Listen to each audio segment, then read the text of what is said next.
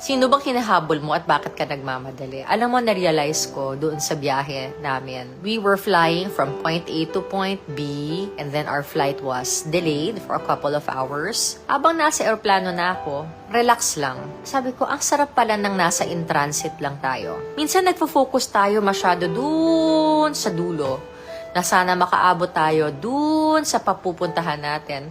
Ang nakakalimutan natin, yung in transit, yung nasa biyahe tayo. But when you really think about life, palagi naman tayong in transit, hindi ba? Wala pa namang end point talaga ang buhay natin when you think about it. The end is when you die. So, as far as you know, you and I are continuously in transit only. Masarap pakinggan na meron tayong plano, na meron tayong goal, pero I guess the goal is to be at your best at that moment that you are. ATM palagi. May kwento pala ako. May isang Filipino